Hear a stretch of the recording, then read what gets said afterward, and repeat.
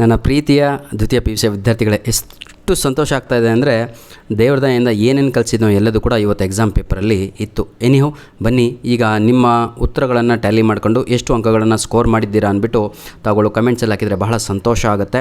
ಈಗಾಗಲೇ ನಾನು ಏನಂತೀರ ಸರ್ ತಾವು ಪಾರ್ಟ್ ಎ ಸಂಪೂರ್ಣವಾದ ಕೀ ಆನ್ಸರ್ ಅಪ್ಲೋಡ್ ಮಾಡಿ ಕೊಟ್ಟಿದ್ದೇನೆ 20 ಮಾರ್ಕ್ಸಿಂದು.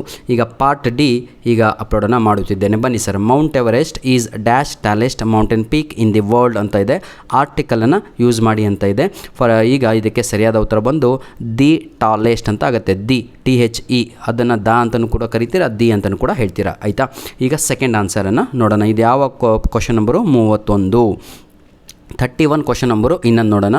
Love everything and fair is war in ಅಂತ ಇದೆ.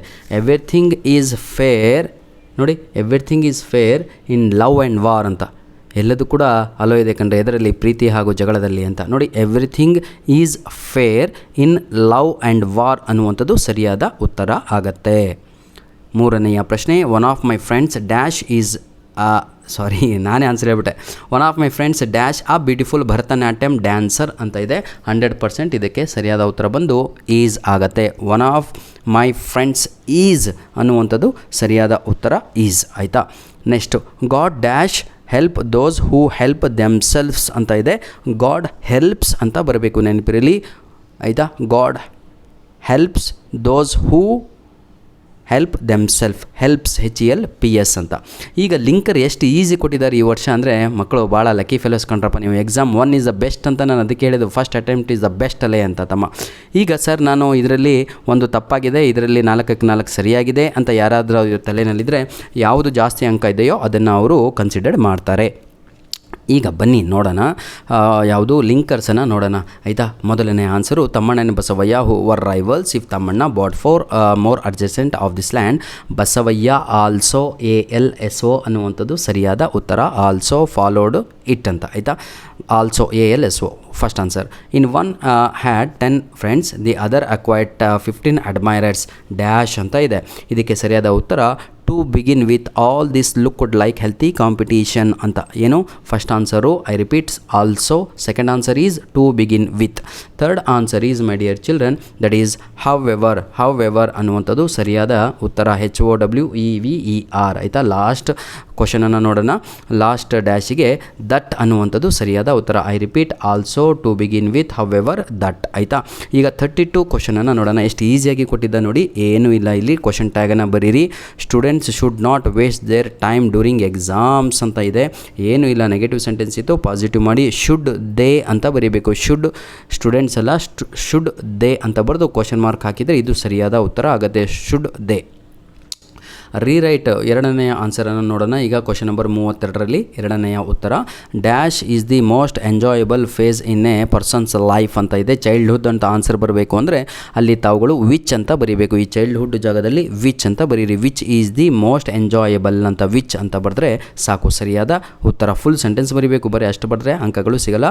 Which is the most enjoyable phase in a person's life ಅಂತ ಬರೆದು ಕ್ವಶನ್ ಮಾರ್ಕ್ ಕೂಡ ತಾವುಗಳು ಹಾಕಬೇಕಾಗತ್ತೆ. ಬಿ ಕ್ವಶನ್ಗೆ rectify the errors in the following sentence and write them ಅಂತ ಇದೆ. ಇದು ಬಹಳ easy sir. Children's love to eat ice cream every day ಅಂತ ಇದೆ. ಚಿಲ್ಡ್ರನ್ಸ್ ಅನ್ನುವಂಥದ್ದು ತಪ್ಪು, ಅದು ಚಿಲ್ಡ್ರನ್ ಅಂತ ಆಗಬೇಕು. ಅದೇ ತಪ್ಪು ಅಷ್ಟೇ, ಮತ್ತೇನೂ ಇಲ್ಲ. ಎಲ್ಲದು ಕೂಡ ಸರಿ ಇದೆ. ಚಿಲ್ಡ್ರನ್ಸ್ ತಪ್ಪು, ಎಸ್ ವರ್ಡೇ ಇಲ್ಲ. ಎಸ್ ಅಂತ ಡಿಲೀಟ್ ಮಾಡ್ಕೊಂಡ್ರೆ ಸಾಕು. ಚಿಲ್ಡ್ರನ್ ಅಂತ ಸರಿಯಾಗಿ ಬರೆದು ಸಂಪೂರ್ಣವಾಗಿ ಉತ್ತರವನ್ನು ಬರೆಯಿರಿ. ನೆಕ್ಸ್ಟು. ಸನ್ನಿಧಿ goes for A walk on the morning every day ಅಂತ ಇದೆ. ಇಲ್ಲಿ ಬಹಳ ಈಸಿಯಾಗಿದೆ ಸರ್. ಸನ್ನಿಧಿ goes for A walk in the morning ಅಂತ ಬರಿಬೇಕು. ಅದು ಆನ್ ತಪ್ಪಿಲ್ಲಿ. ಆನ್ ತೆಗೆದು ಆ ಜಾಗದಲ್ಲಿ ಇನ್ ಅಂತ ಬರೆದು ಸಂಪೂರ್ಣವಾದ ಸೆಂಟೆನ್ಸನ್ನು ಬರೆದ್ರೆ ಸಾಕು. ಈಗ ಕೆಲವೊಬ್ಬರದ್ದು ಕ್ವಶನ್ ನಂಬರ್ 32ರಲ್ಲಿ ಇಲ್ಲಿ 2 ಮಾರ್ಕ್ಸ್, ಇಲ್ಲಿ 1 ಮಾರ್ಕ್ಸ್ ಬಂದಿರುತ್ತೆ, ಅಥವಾ ಇಲ್ಲಿ 0 ಇಲ್ಲಿ 2 ಬಂದಿದ್ದರೆ ಯಾವುದು ಜಾಸ್ತಿ ಇದೆಯೋ ಆ ಅಂಕವನ್ನು ಇಲ್ಲಿ ಕನ್ಸಿಡರ್ ಮಾಡ್ತಾರೆ. ಈಗ ಮುಂದೆ ಹೋಗೋಣವಾ. ಕ್ವಶನ್ ನಂಬರ್ 32ಅನ್ನು ನೋಡೋಣ. ಪ್ರೀತಿಯ ವಿದ್ಯಾರ್ಥಿಗಳೇ, ಇವತ್ತು ನಡೆದಂಥ English exam second year PUC ದ್ವಿತೀಯ PUC ಎಕ್ಸಾಮ್ನ ಕೀ ಆನ್ಸರ್ಗಳನ್ನು ನೋಡ್ತಾ ಇದ್ದೇವೆ. ಪ್ರತಿಯೊಂದು ಆನ್ಸರ್ಗೆ ಇಲ್ಲಿ ಹಾಫ್ ಮಾರ್ಕ್ಸ್ ಇರುತ್ತೆ. Question number 33.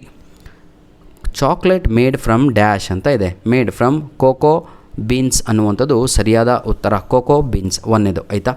ಹ್ಯಾಸ್ ರಿಚ್ ಅಂತ ಇದೆ. ಆಯಿತಾ? ವೆಲ್ವೆಟಿ ಟೆಕ್ಸ್ಚರ್ ಅನ್ನುವಂಥದ್ದು second answer. Third answer deep complex flavour ಅನ್ನುವಂಥದ್ದು ಥರ್ಡ್ ಆನ್ಸರ್ ಆಗುತ್ತೆ. Clear? Captivates the sense and has become a symbol of ಇಂಡಲ್ಜೆನ್ಸ್ ಅನ್ನುವಂಥದ್ದು ಸರಿಯಾದ ಉತ್ತರ. ಲಾಸ್ಟ್ ವರ್ಡ್ ಇದೆ ಅಲ್ವಾ, ಅದು 4ನೇಗೆ ಸರಿಯಾದ ಉತ್ತರ ಆಗುತ್ತೆ. ಇಂಡಲ್ಜೆನ್ಸ್ ಅನ್ನುವಂಥದ್ದು ಸರಿಯಾದ ಉತ್ತರ. ಈ ರೀತಿಯಾಗಿ ಬಾಕ್ಸ್ ಹಾಕ್ಬಿಡಿದ್ರು ಮಾರ್ಕ್ಸ್ ಕೊಡ್ತಾರೆ. ಬಾಕ್ಸ್ ಹಾಕಿಲ್ಲ ಸರ್, ನಮಗೆ ಟೈಮ್ ಇರಲಿಲ್ಲ, 1 2 3 4 ಅಂತ ಬರೆದು 33 ಅಂತ ಬರೆದು 1 2 3 4 ಅಂತ ಬರೆದು ಆನ್ಸರ್ ಬರೆದಿದ್ರು, ಅದಕ್ಕೂ ಕೂಡ ಉತ್ತರವನ್ನು ಕೊಡ್ತಾರೆ. ಈಗ ಇಲ್ಲಿರೋದು ಆಯಿತಾ, ಬನ್ನಿ. ರಿಪೋರ್ಟ್ ದಿ ಫಾಲೋಯಿಂಗ್ ಕಾನ್ವರ್ಸೇಷನ್ ಇದೆ. Can we talk about Dona Leonor your mother ಅಂತ ಇದೆ. ಭಾಳ ಈಸಿ ಸರ್, ಏನೂ ಇಲ್ಲ ನೋಡಿ. Alifano asked Borges whether they could talk about his mother ಅಷ್ಟೇ. They could talk about his mother, full stop ಆಯಿತಾ. ನಂತರದಲ್ಲಿ ಕಂಟಿನ್ಯೂ ಮಾಡಿ. ಬೋರ್ಗ್ಸ್ said Alifano that his mother was an extraordinary person. His mother was an extraordinary person. ಏನಿತ್ತು ಅದನ್ನೇ ಬರೆದ್ರೆ ಮುಗದೇ ಹೋಗೋದು ಸರ್. Next, Alifano replied Borges that what blindness was to him. Alifano replied Borges what, ಇಲ್ಲಿ ಏನು ಬರಲ್ಲ, ದಟ್ಟು ಬರಲ್ಲ, ಇಫು ಬರಲ್ಲ, ವೆದರು ಬರಲ್ಲ. Alifano replied Borges what blindness was to him. What blindness was to him ಅನ್ನುವಂಥದ್ದು ಸರಿಯಾದ ಉತ್ತರ. ಆವಾಗ ಬೋರ್ಗ್ಸ್ ಅವರು ಹೇಳ್ತಾರೆ, ಬೋರ್ಗ್ಸ್ ರಿಪ್ಲೈಡ್ ಆಲಿಫೆನೋ ಏನಂತ ಹೇಳ್ತಾರೆ, that it was a way of life. Well ನಾವು ಅವು ಏನು ಬೇಡ ಇಲ್ಲಿ. It was a way of life. His duty is to accept it. His duty is to accept it. My ಇರೋದು ಹಿಸ್ ಮಾಡಿದರೆ ಮುಗದೇ ಹೋಯಿತು ಸರ್. ಕಂಪ್ಲೀಟ್ ದ ಫಾಲೋಯಿಂಗ್ ಡೈಲಾಗ್ ಇದೆ. Best sir. ಕ್ವಶನ್ ನಂಬರ್ 35 ನೋಡಿ ಆಯಿತಾ. Devaraj dash how are you, greetings ಅಂತ ಇದೆ. ಗ್ರೀಟಿಂಗ್ಸ್ ಅಂದರೆ ಏನು? ಗುಡ್ ಮಾರ್ನಿಂಗ್, ಹವರ್ ಯು ಅಂತಲೂ ಕೇಳ್ಬೋದು.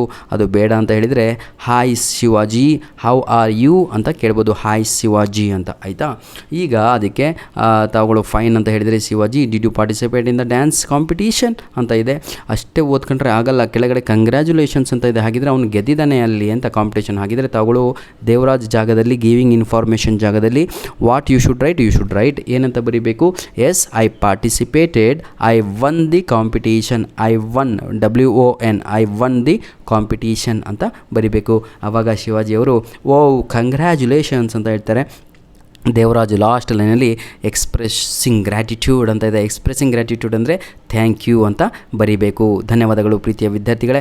ಇದರಲ್ಲಿ ಪಾರ್ಟ್ ಇ ಕೂಡ ನಿಮಗೆ ನಾನು ಮುಗಿಸ್ಬಿಡ್ತೀನಿ. ಇದರಲ್ಲೇ ಪಾರ್ಟ್ DE ನೋಡಿ. Write a letter to in response to the following advertisement ಅಂತ ಕೊಟ್ಟಿದ್ರಲ್ವಾ. ನೀವು ಮೊದಲಿಗೆ ಏನು ಬರೀಬೇಕಿತ್ತು? ಫಸ್ಟ್ ಲೈನಲ್ಲಿ XXX, ಸೆಕೆಂಡ್ ಲೈನಲ್ಲಿ YYY, ಒಂದು ಲೈನ್ ಸ್ಪೇಸ್ ಬಿಟ್ಟು ಕೆಳಗಡೆ 5th March 2025 ಅಂತಲೇ ಬರೀಬೇಕಿತ್ತು ಆಯಿತಾ. ಏನು ಬರೀಬೇಕು ಅಂತ ಅದನ್ನು ಕೂಡ ನಾನು ನಿಮಗೆ ಅದು ಕೂಡ ಹೇಳ್ತಾ ಇದ್ದೀನಿ. ಯಾಕಂದರೆ ಇಲ್ಲಿ ಇಷ್ಟೇ ದಿನದಲ್ಲಿ ಪತ್ರವನ್ನು ಹಾಕಬೇಕು ಅಂತ ಇಲ್ಲ. 5 ಮಾರ್ಚ್ 2025 ಅಥವಾ 6 ಮಾರ್ಚ್ 2025 ಅಂತ ಬರೀಬೋದು ಆಯಿತಾ. ಆಪ್ಷನ್ಸ್ ಇತ್ತು. ನಂತರದಲ್ಲಿ 10 days ಅಂತ ಇದೆ. ವಿತಿನ್ 10 days ಅಂದರೆ 15ನೇ ತಾರೀಕು, ಮಾರ್ಚ್ 5ರಿಂದ ಹಿಡಿದು 15 ಯಾವ ತಾರೀಕು ಹಾಕಿದರೂ ನಡೆಯುತ್ತೆ. ನಂತರದಲ್ಲಿ ಪ್ರೀತಿಯ ವಿದ್ಯಾರ್ಥಿಗಳೇ, ಈಗ 2 ಅಡ್ರೆಸ್ ಬರೀಬೇಕಿತ್ತು. 2 ಅಡ್ರೆಸ್ಸಿಗೆ ಇದನ್ನೇ ಬರೀಬೇಕು. Shritha enterprises, industrial layout, JP Nagar, Bengaluru ಅಂತ ಬರೆದು ಒಂದು ಲೈನ್ ಬಿಟ್ಟು ಸಬ್ಜೆಕ್ಟ್ ಬರೀಬೇಕಿತ್ತು. ಹೌದಲ್ವಾ? ತಪ್ಪು. ಅದರ ಮುಂಚೆ ಸ್ಯಾಲ್ಯುಟೇಷನ್ ಪಾರ್ಟ್. ಏನು ಸ್ಯಾಲ್ಯುಟೇಷನ್ ಪಾರ್ಟು? ರೆಸ್ಪೆಕ್ಟೆಡ್ ಸರ್ ಅಂತ ಬರೆದು ಸಬ್ಜೆಕ್ಟ್ ಬರೀಬೇಕು. ಆ ಸಬ್ಜೆಕ್ಟಲ್ಲಿ application for the post of office assistant ಅಂತ ಬರೀಬೇಕು.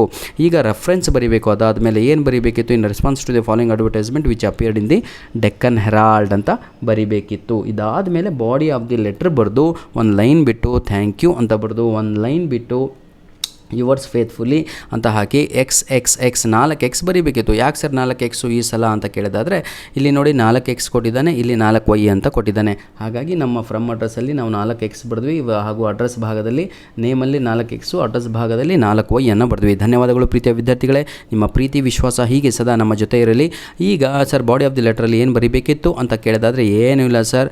I here by apply for the post of office of assistant, have completed ಮೈ ನೋಡಿ ಮೈ ಗ್ರ್ಯಾಜುಯೇಷನ್. ಎನಿ ಡಿಗ್ರಿ ಅಂದ್ರೇ ಗ್ರ್ಯಾಜುಯೇಷನ್, ಅಥವಾ ಗ್ರ್ಯಾಜುಯೇಷನ್ ಬರಲ್ಲ ಅಂದರೆ ಡಿಗ್ರಿ ಅಂತಲೂ ಕೂಡ ಬರಿಬೋದು. I have completed my degree in BSc, bachelor of science ಅಥವಾ ಬ್ಯಾಚುಲರ್ ಆಫ್ ಆರ್ಟ್ಸ್ ಅಥವಾ ಬ್ಯಾಚುಲರ್ ಆಫ್ ಕಾಮರ್ಸ್ ಯಾವುದಾದ್ರೂ ಬರಿಬೋದು. With first class I have worked as office assistant in so and so industries ಅಥವಾ in so and so college in so and so ಏನಂತಾರೆ school ಅಂತ ಬರೆದು ಎಲ್ಲ ಬರೆದ್ರೆ ಮುಗದೇ ಹೋಗೋದು sir. I have good communication skill, I am very good in Tally, C++, I have completed my computer basic course ಅಂತ ಬರೆದ್ರೆ ಮುಗದೇ ಹೋಗೋದು ಬಾಡಿ ಆಫ್ ದಿ ಲೆಟ್ರು. ಧನ್ಯವಾದಗಳು, ಆಲ್ ದ ಬೆಸ್ಟ್. ನನ್ನ ಇನ್ನೊಂದು ವಿಡಿಯೋಗಾಗಿ ಕಾಯ್ತಾ ಇರಿ ಅಂತ ಹೇಳ್ತಾ ವಿಡಿಯೋನ ಇಲ್ಲಿಗೆ ಮುಗಿಸ್ತಾ ಇದ್ದೇನೆ. ಧನ್ಯವಾದಗಳು.